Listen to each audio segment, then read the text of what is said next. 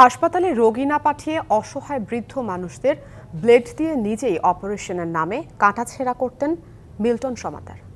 অপারেশনের সময় শরীর থেকে রক্ত বের হলে তা দেখে পৈশাচিক আনন্দ পেতেন মিল্টন। স্ত্রী একজন নার্স হয়েও প্রতিবাদ করেননি বলে জানায় গোয়েন্দা পুলিশ প্রধান হারুনুর রশিদ। তিন দিনের রিমান্ডে মিল্টনের কাছ থেকে এসব তথ্য পাওয়া গেছে বলে জানিয়েছে গোয়েন্দা পুলিশের প্রধান। এদিকে আবারও 4 দিনের রিমান্ডে নেওয়া হয়েছে মিল্টনকে। বেশ কয়েকদিন ধরেই আলোচনায় চাইল্ড অ্যান্ড ওল্ড এজ কেয়ারের চেয়ারম্যান মিল্টন সমাদ্দার। দিন যতই যাচ্ছে ততই মানবতার আড়ালে তার ভয়াবহ অপকর্মের তথ্য আসছে।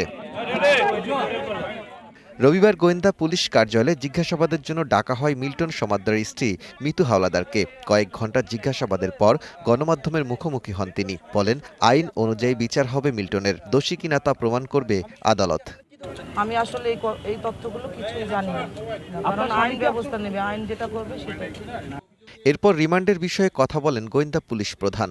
জানান, আশ্রমের টর্চার সেল করে বৃদ্ধ মানুষদের নিয়মিত মারধর করা হতো। কেউ অসুস্থ হলে তাদের ধারালো ব্লেড দিয়ে মিল্টন নিজেই অপারেশন করতেন। কষ্ট দেখে মিল্টন পৈশাচিক আনন্দ পেতেন।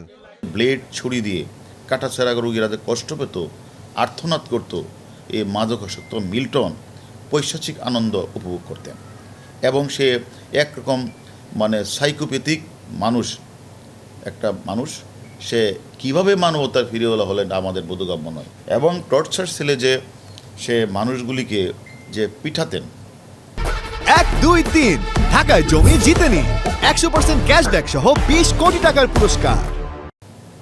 সে তাদেরকে বানর অভিহিত করতেন এবং তাদেরকে পিটিয়ে সে নিস্তেজ করতেন। স্বামীর এমন অপকর্ম দেখার পরও পুলিশকে না জানানোই, সবকিছু জেনে চুপ থাকায় মিল্টনের স্ত্রী এ অপকর্মের দায় এড়াতে পারেন না। মিল্টন সমাদ্দার যা ভয়াবহ অপরাধ করেছেন, একটি অপরাধ না, সে নিজেই স্বীকার করেছেন। সে যে কোথাও কোনোদিন ডাক্তারের কাছে নিত না, সে সম্পর্কে তো আপনাদের একজন নার্স, আপনাদের তাকে দামাইকে বলতে পারতেন। সে বলছে, আমি তাকে বললেও তো সে আমার কথা শুনতো না। মিল্টনের অ্যাকাউন্টে আশ্রমের নামে বিভিন্ন প্রতিষ্ঠান থেকে নেয়া 1,85,00,000 টাকা আছে বলে জানিয়েছে পুলিশ। 900 লোকের প্রাণ নিভে গেল।